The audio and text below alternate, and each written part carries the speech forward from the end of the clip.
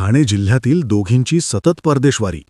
पोलिसांना संशय आला आणि सत्य समजताच पायाखालची जमीन सरकली, असा प्रकार.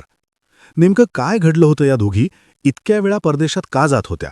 आणि त्या प्रवासामागचं खरं कारण समोर आल्यानंतर पोलीसही क्षणभर स्तब्ध का झाले? ही घटना आहे मुंबईच्या गजबजलेल्या आंतरराष्ट्रीय विमानतळावर घडलेल्या एका घटनेची, जिथे दररोज हजारो प्रवासी ये-जा करतात. जिथे कोणी पर्यटनासाठी जातं, कोणी नोकरीसाठी, कोणी व्यवसायासाठी. पण त्याच गर्दीत काही चेहरे असेही असतात जे दिसायला अगदी सामान्य, पण त्यांच्या मागे दडलेलं वास्तव थरकाप उडवणारं असतं. त्या दिवशीही सगळं नेहमीसारखंच चालू होतं. परदेशातून येणाऱ्या फ्लाईट्स, लगेज बेल्टजवळची गर्दी, इमिग्रेशन काउंटरवरची रांगोळा. कुणालाही वाटलं नव्हतं की काही मिनिटात एक मोठं रहस्य उघड होणार आहे. इमिग्रेशन अधिकाऱ्यांची नजर एका महिला प्रवाशावर पडते. कागदपत्र व्यवस्थित, तिकीट योग्य, पण तरीही काहीतरी खटकतं होतं. कारण पहिली वेळ नव्हती. याआधीही अनेकदा परदेशवारी, तोच देश, तोच पॅटर्न, आणि प्रत्येक वेळी उत्तर मात्र दुसरं. नेमकं कशासाठी जाता, हा साधा प्रश्न विचारताच समोरचा व्यक्ती गोंधळते. उत्तर देताना शब्द अडखळतात. डोळ्यांची नजर चुकवली जाते. तिघींचा दोघींचा प्रवास, आणि तिथूनच संशयाची ठिणगी पेटते. चौकशी सुरू होते. जास्त खोलात गेल्यावर लक्षात येतं की ही महिला एकटी नाही.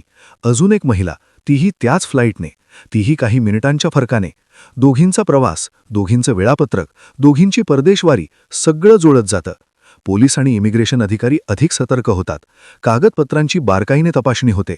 इथेच एक महत्त्वाची गोष्ट समोर येते की दाखवलेली माहिती आणि प्रत्यक्ष वास्तव यात फरक आहे.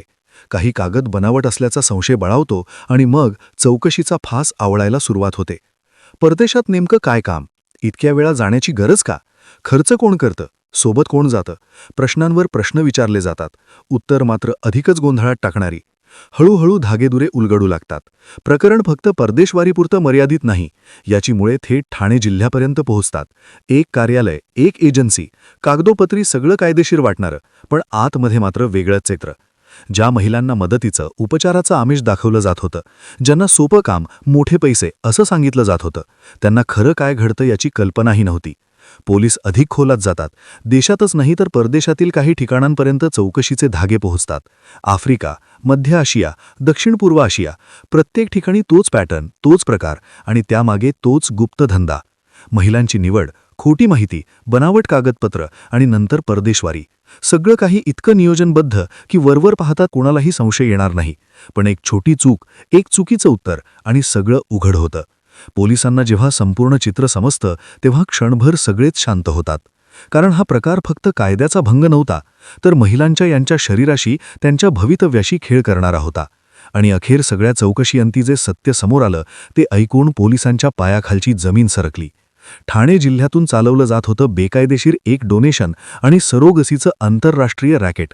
महिलांना विवाहित असल्याचं खोटं दाखवून, कायद्याच्या पळवाटा शोधून देशात आणि परदेशात प्रजनन केंद्रांना पुरवठा केला जात होता. हेच होतं त्या सततच्या परदेशवारीचं खरं कारण. आता संपूर्ण नेटवर्क उघड करण्याच्या तयारीत आहेत. या रॅकेटमध्ये अजून किती महिला अडकल्या आहेत, आणखी कोण कोण यामागे आहे, याची चौकशी सुरू आहे. ही केवळ 2 महिलांची गोष्ट नाही. एक असा काळा धंदा आहे ज्याची पाळीमुळे खोलवर पसरलेली आहेत, आणि म्हणूनच ही चौकशी अजून संपलेली नाही.